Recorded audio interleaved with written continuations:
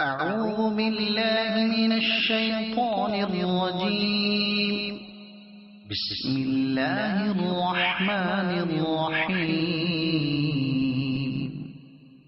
قل أعوذ برب الناس، ملك الناس، إله الناس، من شر الوسواس الخناس، الذي يوسوس في صدور الناس من الجنة والناس.